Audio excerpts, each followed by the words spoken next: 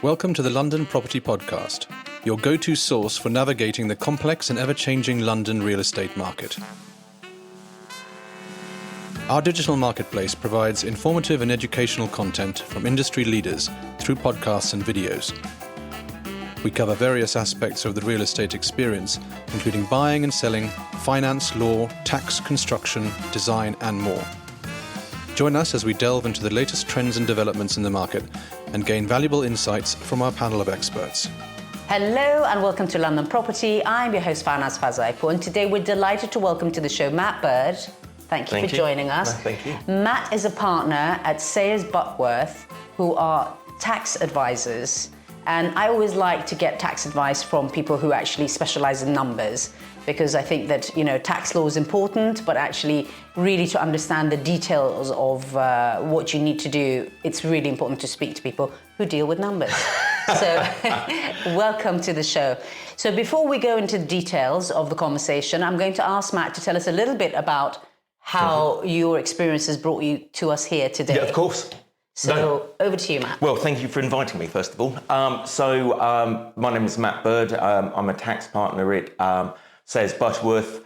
We're a firm of chartered accountants, tax and business advisors over just off Fleet Street in central London. And we're a fairly small firm, but as a result of that, hopefully we can sort of tailor advice to clients and be proactive.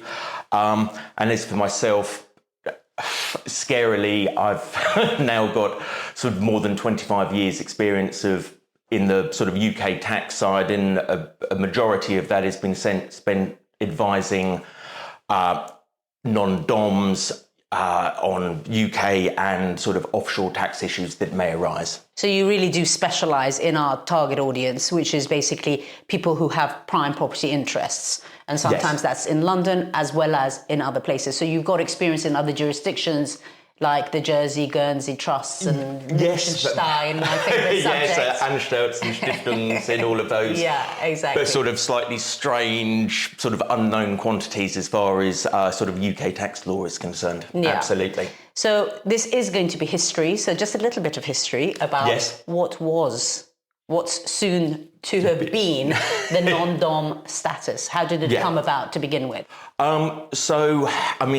The UK's had some form of non-domiciled tax status for more than a century.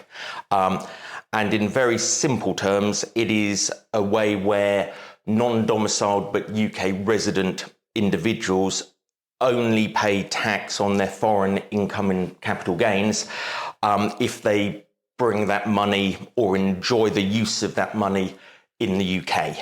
The rules regarding whether money has been remitted can be fairly complicated and throw up some traps, but in very simple terms, if done properly, a non-domiciled UK resident would only pay UK tax on their UK income and capital gains. Right.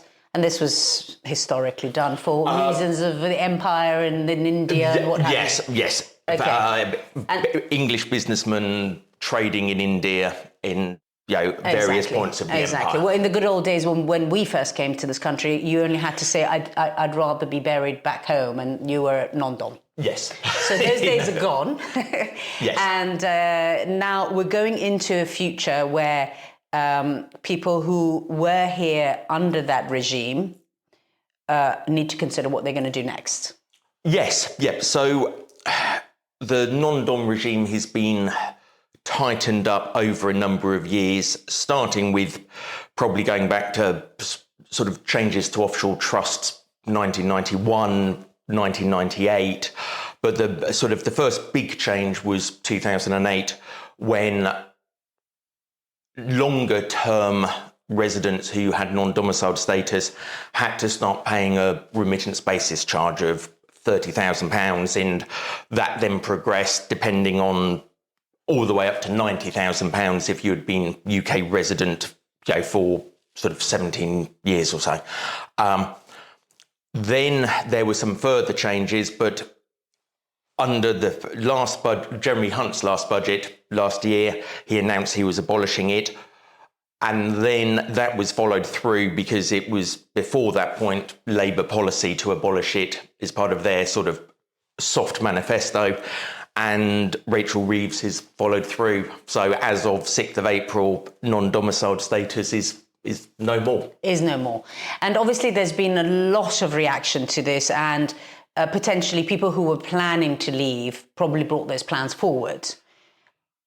But yes. Yeah. Is that just being really positive about it, or is it? No, I think it has made a huge impact. I think part of the issue is the changes to inheritance tax, because I think to a degree people may have accepted having to pay tax on their worldwide income, but the changes to the inheritance tax rules, that it applies to worldwide assets after 10 years, or, well, probably technically 9 years and 1 day of UK tax residence, and 40% inheritance tax on worldwide assets. That is something that people are keen to avoid if at all possible. So I think people have been leaving the UK, unfortunately.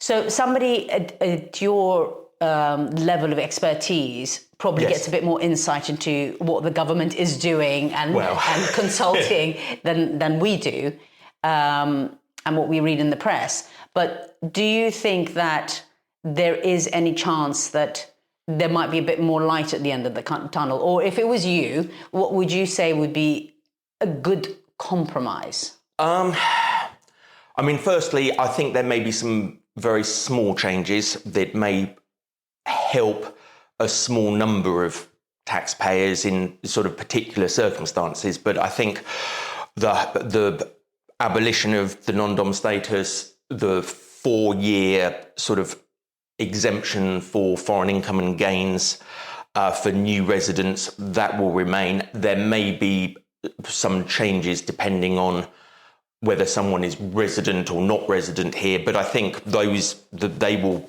come into force. Yes, I don't see any major changes. So let's go backwards then. So let's talk about from the 1st of April, what does it look like for people? So if you're already resident here, from the 6th of April, they will be paying tax or subject to UK tax on their worldwide income and worldwide capital gains. That will also extend to income and arising within trusts that they have settled and are a beneficiary of.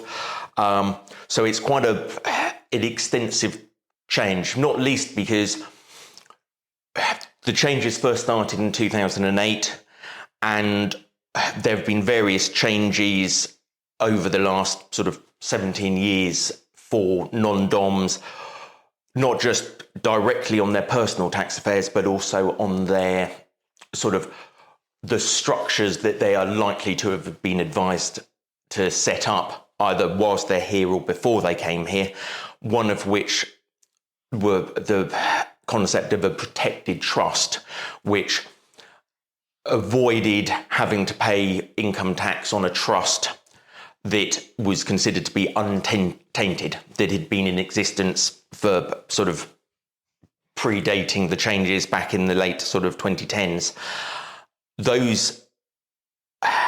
Those protections are being removed from April. So that will be a big change, not just on an individual's own income and gains, but potentially income and gains within a family trust or another type of trust and so forth. So there are sort of big changes for individuals. Okay, so you are in the UK and you decided you want to stay in the UK. Yes. So what's the best thing you can do under the new regime? Well, a lot of planning is involving making use of the TRF. It's a facility to allow you to remit untaxed income and gains from earlier years and pay a flat rate of 12% tax. So a lot of the advice for people who are able to do so would be to accelerate income and capital gains before the 6th of April this year, claim the remittance basis, and then bring it in next year and pay 12%. And that, although there's a tax liability, it's far less than 40 or 45%. And it also sort of then enables them to potentially defer a decision because they have a spending pot to cover their expenditure over the next 4 or 5 years, say. And then sadly, I think a lot of people are taking the view that at that point, they may then sort of leave. Because after 4 or 5 years of paying tax on worldwide income, they may be at a point where London isn't quite so attractive. Not that London isn't attractive, but the tax rules. The tax rules. But is that putting us really in line with the rest of the world? Where do we sit with the rest of the world? I mean, okay, so you leave London and you go, okay, you know, there's a handful of places you can go to where, you know, maybe you don't really want to live there and you'll probably spend as much money as you save in taxes getting out of those countries. But, I think, I mean, the last big changes were 2008, which brought in sort of the remittance basis charge and effectively losing the ability to claim sort of non-dom status after 17 years and that's sort of since changed to 15 years. But 2008, there weren't many options available. You know, there was Switzerland and Monaco, typically, and Switzerland is a beautiful country, and there's no offence meant, but it isn't London. And the same, Monaco is quite small and can be horrendously expensive if you want to rent a 3-4 bedroom apartment. So there weren't really that many options available. Whereas now, despite some countries changing their rules and making it more difficult or increasing the cost, Italy, Portugal, Greece, they all have sort of friendly tax regimes for new arrivals. And also further afield, Dubai has changed hugely over the last 15, 20 years. And that is now a prime destination for people leaving the UK to move to. Even countries like Singapore are attractive because, you know, it's a long way, but the focus of the world is moving. So I think whereas maybe policymakers have fooled themselves into thinking that people didn't move so much as were feared in 2008, but 2025, there are more options. And I think we're already seeing that, you know, both from directly with clients and also with anecdotally talking to other advisors, that people are already taking steps to either leave or have already left. I mean, as they say, death and taxes are the two certainties of life. But, you know, there's some pills you can swallow and some pills you can't. So I guess that if you're not a UK, originally an English person, then, you know, you've got all this wealth somewhere else, and then you decide that you want to move here, you sort of want to have the ability to circle the wealth that you have somewhere else if you're not bringing it here. So does this mean that if you are currently a non-dom and you decide to bring your money in before the 6th of April, you pay nothing? Well, if you're already a UK resident, you should really wait until the 6th of April to take advantage of the 12%. Right, so it's taxable before the 6th of April? At normal 20, 40, 45%. Okay, so then rates. You can bring it for a period of 4 years? No. Well, ideally within the first 2 years to take advantage of the 12%. 12% is 2 years. So you can repatriate, is that the right word? Yes. For 2 years from the 6th of April at 12%. And then what happens to the money that you're making somewhere else if you don't bring it? That still gets taxed at full rate? Yes, any income arising from the 6th of April. And this assumes that these individuals have already been resident for 4 years in the UK. So historically, they've been resident already for 4 years. Then any money they're making anywhere else is subject to income tax here or to whatever tax it's here. Yes. Unless there's a treaty with the country that they're coming from, then they paid it there. They don't have to pay it here, or they have to pay the difference here. Typically, in most cases, double tax agreements will give the taxing rights to the country of residence. So if that was less, you're going to pay a bit more here to top it up. Yes. Okay. Yeah. So that also is going to get you. And the people who come for the 4 years go back to the old non-dom regime for just that 4 years. Yeah, so new arrivals, they have a 4-year period where they are not taxed on their overseas, their foreign income and gains, FIG, is the legislation refers to it. And they're free to bring it in to the UK. So for new arrivals for 4 years, the new regime is more generous than the old regime, which paradoxically sort of discourage people from bringing money into the UK. So we would have to, there was always a period where you wanted new arrivals to do planning before they became UK resident to maximise the sort of the capital that they had before they came to the UK. Because, for example, an asset standing at a large capital gain sold the day before someone became UK resident, you didn't pay UK tax on it. Sold the day after they became UK resident, that was taxed, and the entire capital gain was taxed. So there was there was a large gain that had nothing to do with UK residents that was still subject to tax. So, like with a lot of tax planning, it came down to advising the client before it was too late. Right. Like lots of things with tax planning, once something has happened, you can end up just fighting fires in struggling to actually get the best result. Right. And the other thing is that I went actually, the Treasury had a listening clinic, and it was very much a listening clinic. You couldn't ask any questions. They kept saying, we're only listening. And I was probably, the only non-tax expert who was there. So I was listening to all the people giving their comments. And one of the things that somebody said, which was really interesting, is, so we're going to end up being a place where people come for 4 years, sell their really expensive businesses, and then leave. So maybe that's a silver lining, because that means that you get a lot of people who are going to gain from, somebody coming here and selling their $1 billion company.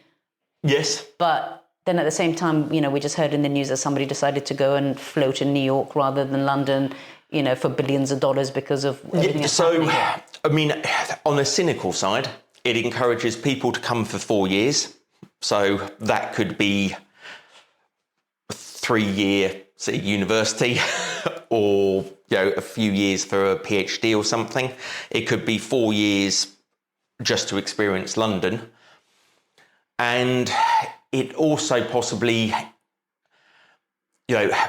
given it encourages people potentially to spend less time in London. So if someone is fortunate enough and wealthy enough to have properties in various different countries, from a UK perspective, to avoid these rules, it may just be that they reduce the time spent in London or the UK to become non-UK resident.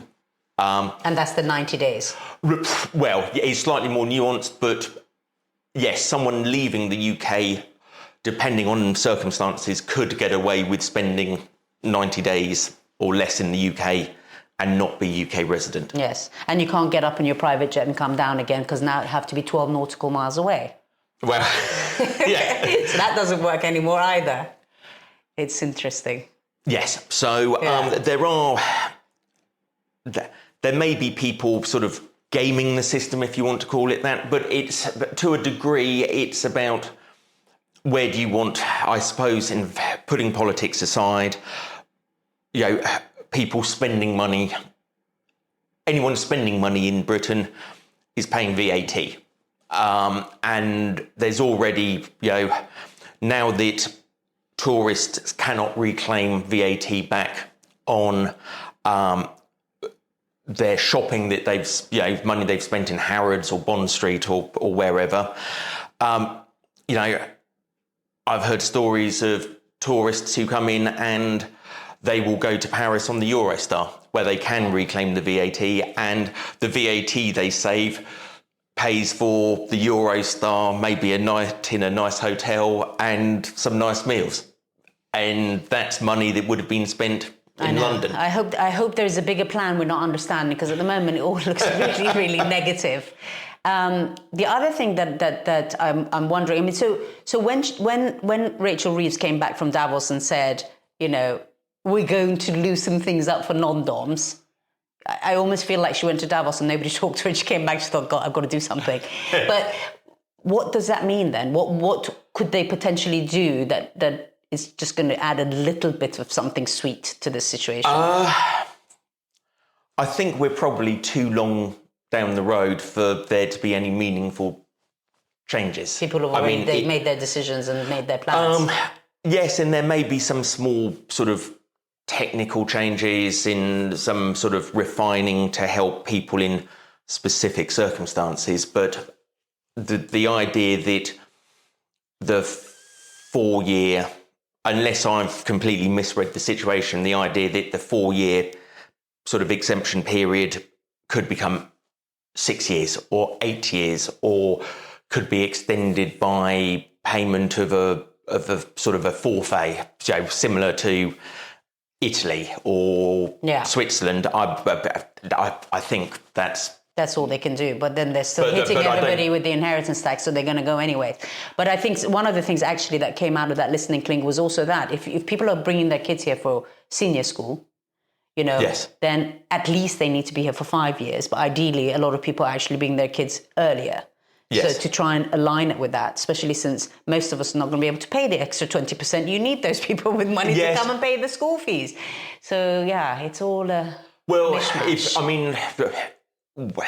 although this is not to do with the changes, but it's more to do with the UK residence rules, that probably then encourages boarding school, because you can avoid a connecting factor for the statutory residence test.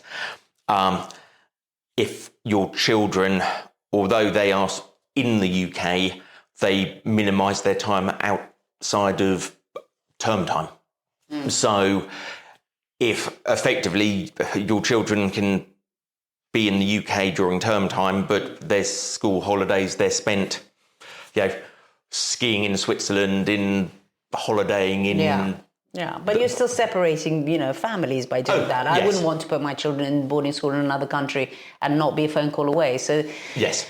Now, obviously, London is London, and a lot of people want to be here, and not everybody changes their life because they have to pay tax. Yeah. So, what would be wise for people who are considering moving to the UK to do before they come? And when they get here, because obviously every circumstance is different, people's individual situations are different. So what would you say? It's never too early to take some advice, because, as you say, everyone's situation is different and everyone's approach to tax is different. And you do have to weigh up the complexities of some planning with just the simplicity of being able to live your life. And people do approach those differently. So it's always ideal to take advice before you become UK resident, because that gives you a period when you can take steps to actually sort of be tax efficient from a UK perspective. That doesn't necessarily mean doing a sort of a complicated, convoluted structure. It can just mean sort of identifying, realising assets and having sort of a pot of capital that you can spend. There's also sort of ensuring that you're in a position to maximise the sort of the 4-year exemption.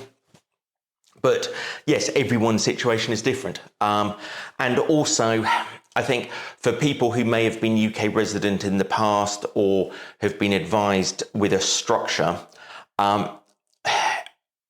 since the rules started the change in 2008,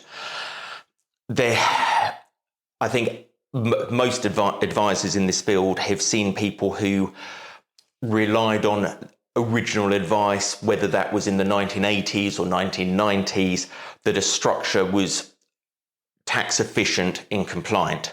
And rules change and things get brought into the tax net, additional compliance procedures. And so it's just never assume that just because something was compliant and efficient 20 years ago that it still is. And so if you do come to the UK and you think everything is protected or efficient, that may not necessarily be the case. So yeah, I mean, I think that's the main one. Just don't assume that what worked for a friend will work for you, or what was right for a friend was right for you. So yes, just take sort of proper, sort of qualified professional advice. And trust your children and prepare for succession planning earlier so that you don't expose yourself to inheritance tax.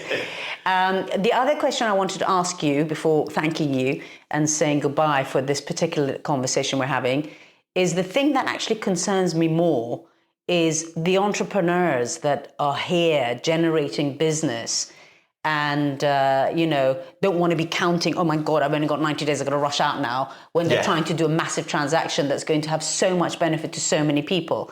So is there any light at the end of the tunnel that they might actually have slightly different rules for entrepreneurs that are actually employing hundreds of people? Not that I'm aware of. Okay. I mean, it may be, but that's above my pay grade. Yeah. I mean, I think there was a general feeling that the 4-year exemption for foreign income and gains for new arrivals, that works perfectly for people who can plan the next 4 years, whether they're in the UK for schooling or whether they're in the UK for another reason, whether it's a secondment or whatever it may be. It's possibly not so ideal if you're an entrepreneur and you're in Britain setting up a business whilst also running companies or businesses in a group in other jurisdictions, because you may end up in a position of being resident in year 1, but then having to reduce your time in the UK because you've got to go back to Dubai, for example, to run the business there because there's a transaction, and then come back to the UK because the 4-year exemption period is the first 4 years. Right, it's not like you've done 4 years, you've done the 2 months now and then 2 months later, and you're not adding them up. So it's not 4 years in the first 10 years, it's the first 4 years. So if you once you've been resident in the UK for 1 year, you're counting year 2, year 3, year 4. Even if you do year 1 UK resident, year 2 resident in France, for example, running a business, come back to the UK, leave the UK, come back in year 5, you're no longer in that 4-year exemption period. So in a way, it penalises entrepreneurs who can't plan necessarily sort of 3-4 years in advance. Yeah. So all countries have some form of residency rules in their domestic legislation. This is where double tax agreements come in, because there is a tiebreaker for residents where an individual is resident in 2 or more countries. The UK thinks you're resident here, and say France considers that you're resident in France, and the double tax agreements will have a tiebreaker which looks at where you have sort of available accommodation. Do you have a home in both countries or only one country? Do you, and then there's a tiebreaker which looks at your centre of vital interests, your economic affairs and social affairs and so forth. And that tiebreaker is designed to ensure that you are only ever resident or treaty resident in one country. So there are ways where you can be resident in the UK but not treated as a resident. But there you go. There's the tax planning that comes in before you come. That isn't to be taken lightly, because you have to look at the double tax agreement, weigh up sort of the factors where your centre of vital interests are, where do you have homes, and it's very much on a sort of case-by-case basis. Yeah. So it's not something to rely on, because effectively tax authorities, if they think you're trying to game a double tax agreement, that's where things fall down. It's meant for sort of genuine situations where someone is splitting their time between two countries. Yeah, and I think there's a lot of people who have that genuine need. So there is some hope of trying to keep the entrepreneurs and keep the economy excited and people wanting to be here and wanting to do business here. Yeah, but like with anything, probably more than... If you're going to intending to rely on a double tax agreement, that definitely needs expert advice, because it's not something to sort of just... I was looking for a light, and I think that might be one of those lights. So just really before saying goodbye to you now, if all the countries and tax treaties in the world are 100, right, where do we sit compared to other countries in attractiveness? Are we, in line with most other Western world? For double tax agreements or...? No, just for the way that, a resident of a country is being treated. I mean, I know that, some Scandinavian countries have 40% tax, and then you pay 40% if you want to take the money out. So there's some places that it's even worse. But where do we sit in the rest of the world? Are we just are we now going from being super attractive to just being normal now? Yes, I mean, to a degree, if you take out sort of the special regimes in Italy, Greece, Portugal, and you just look at sort of Germany or so forth, but yes, I suppose so. But as the world has become smaller, we obviously can't compete with Dubai. So, yes, I mean, it is a big change for... non-doms, and I think that's the main thing. For the normal person, it's not such a normal, whatever that may be, it's not such a big change. But if you're coming with sort of a global exposure to sort of assets in multiple jurisdictions and so forth, and a lot of those interests are never going to have any connection to the UK other than the fact you're living here, then the changes will make a big change. Well, I hope that somebody important is listening to this and they introduce a £500,000 a year flat tax, and then they might see a reversal of the 10,000 millionaires that they say have left already. Yes, so I've read in the press, yes. Thank you very much. That was very informative, and hopefully we'll have you back with the new non-dom changes that might come, in the months to come. So we are at London Property focused on helping people manage their property wealth. And if you have any questions with regards to how to set yourself up with making more investments in the UK or your existing investments, tax planning for the next generation, then please do get in touch, and I'm sure Matt would be delighted to help you. Thank you so much for coming. No, thank you for having me. Thank you. Thanks for tuning in to our latest episode of the London Property Podcast. Head over to our website where you can browse our exclusive network of top experts driving the market. As a member, you'll have direct access to our experts and their networks. Our award-winning content will help you choose the right professionals for your needs and make informed decisions about your investments. Personal recommendations are a powerful tool in connecting with trusted professionals. Let us introduce you to the right people to help you achieve your real estate goals. Contact us now to learn more about becoming a member and gaining access to these valuable resources, or joining our directory of experts.